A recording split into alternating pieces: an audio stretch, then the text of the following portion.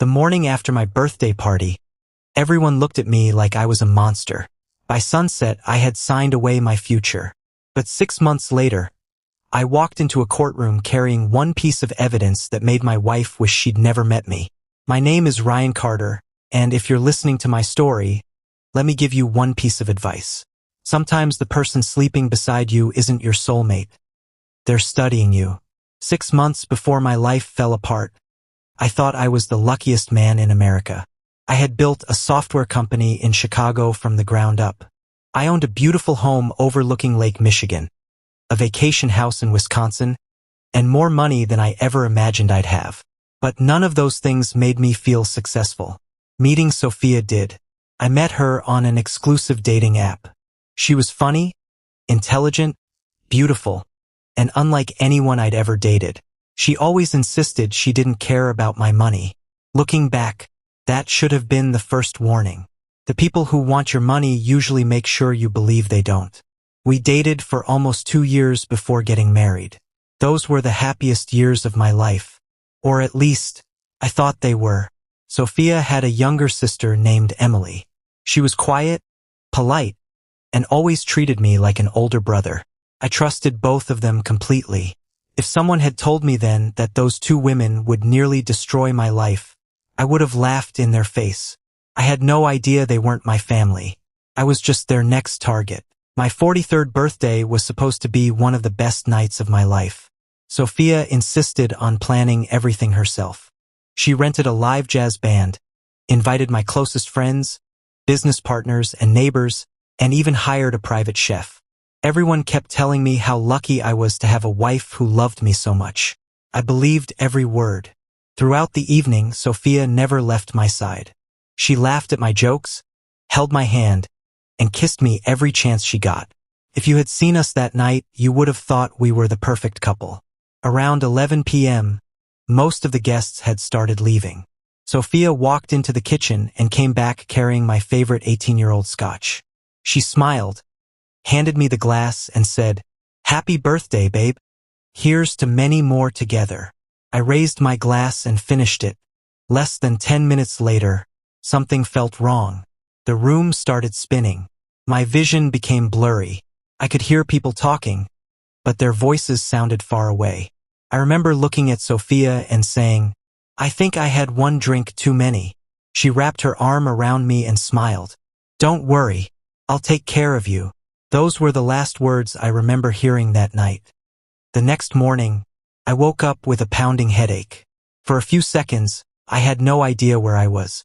Then I realized I wasn't in my bedroom. I was lying in Emily's guest room. My heart nearly stopped. Before I could even get out of bed, the bedroom door flew open. Sophia stood there. Behind her were Emily, 2 family friends, and our attorney. Emily was crying so hard she could barely speak. Sophia looked at me with tears running down her face. Then she asked the question I'll never forget. "Ryan, how could you do this to my sister?" I stared at her in complete shock. "What are you talking about?" Emily covered her face and whispered, "He doesn't even remember." The room went completely silent. I searched my memory, but there was nothing, just darkness. And in that moment, I truly believed something terrible had happened. I just didn't know. I was the one being set up. I wish I could tell you I fought back that morning. I didn't. I was terrified. I kept asking Sophia and Emily the same question. "Tell me what happened." Neither of them gave me a straight answer. Emily just cried. Sophia looked at me with disappointment instead of anger. That somehow hurt even more. Finally, Sophia took a deep breath. "Ryan, Emily doesn't want to call the police." I felt a wave of relief.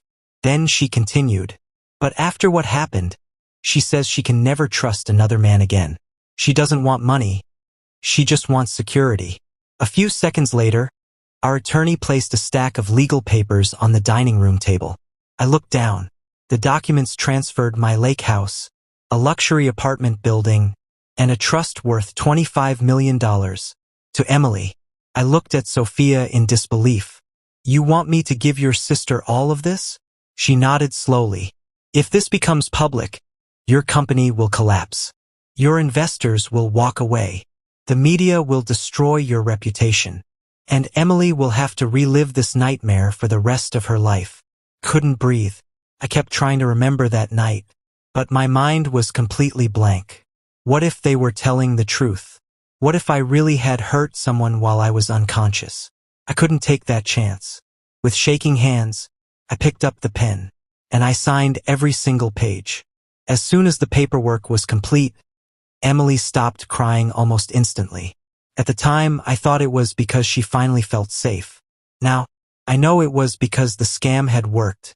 For the next 6 months, I blamed myself for something I never did. I resigned as CEO of my own company. I stopped seeing my friends. I avoided my family. Every morning, I looked in the mirror and hated the man staring back at me. Until one rainy afternoon, I accidentally opened a forgotten folder in my cloud storage. Inside was a security camera backup that Sophia never knew existed. And with one click, my entire world changed. For 6 months, I lived with the guilt. I kept asking myself the same question every night. What kind of man have I become? Then one afternoon, while searching my cloud storage for an old business document, I noticed a folder I had completely forgotten about. Security backup, birthday party. First, I ignored it. According to the security company, the cameras had stopped recording that night.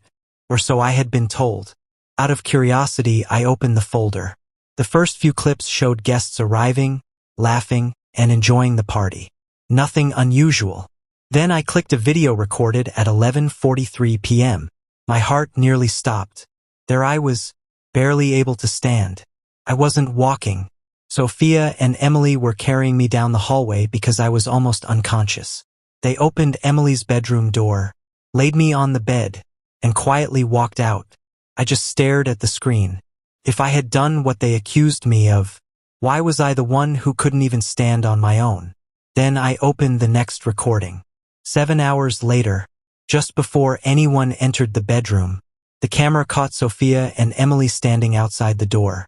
The audio wasn't perfect, but it was clear enough. Emily smiled and whispered, "Once he signs everything over, we're rich." Sophia laughed. "Don't forget to cry. He'll blame himself for everything." I felt my hands shaking. For 6 months, I had hated myself. For 6 months, I had hated myself. For 6 months, I believed I had ruined an innocent woman's life. But the truth was far worse. I wasn't a husband. I was a target. Every smile, every kiss, every "I love you" had been part of a long con. Instead of calling Sophia that night, I closed my laptop. I hired one of the best white-collar crime attorneys in Chicago and a private investigator. I wasn't looking for revenge anymore. I was looking for justice. And before this was over, the women who stole my life would lose everything they had ever stolen. For the next 3 months, I didn't tell Sophia I knew the truth. I acted exactly the way she expected. Broken, ashamed, defeated. She thought she had won. What she didn't know was that my attorney and a team of investigators were quietly putting together every piece of the puzzle. They uncovered 2 previous wealthy husbands who had mysteriously lost millions after marrying Sophia. Different cities, different names, the exact same scam. Emily had been involved every single time. Then investigators recovered deleted text messages from Emily's cloud account. One message from the night before my birthday read, "Sophia, tomorrow changes our lives. Emily, he'll sign everything once he thinks he's guilty." That was the moment I knew. This wasn't just a betrayal. It was a criminal enterprise. A month later, I filed a civil fraud lawsuit, and prosecutors opened a criminal investigation. The courtroom was packed. Sophia walked in wearing a confident smile. She looked at me as if I were still the broken man she had manipulated. Then my attorney stood up. "Your Honor, we'd like to play Exhibit 14. The courtroom lights dimmed. The hidden security footage appeared on the screen. Everyone watched as Sophia and Emily carried my unconscious body into Emily's bedroom. Then the second video played. Their voices echoed through the silent courtroom. Emily, "Once he signs everything over, we're rich." Sophia, "Just remember to cry." You could hear people gasping. Sophia's smile disappeared. Emily lowered her head. Neither of them said a single word. The judge looked at them for a long moment before speaking. This court finds overwhelming evidence of a deliberate conspiracy to obtain property through fraud and coercion. Every property transfer was canceled. Every asset they had taken was returned to me.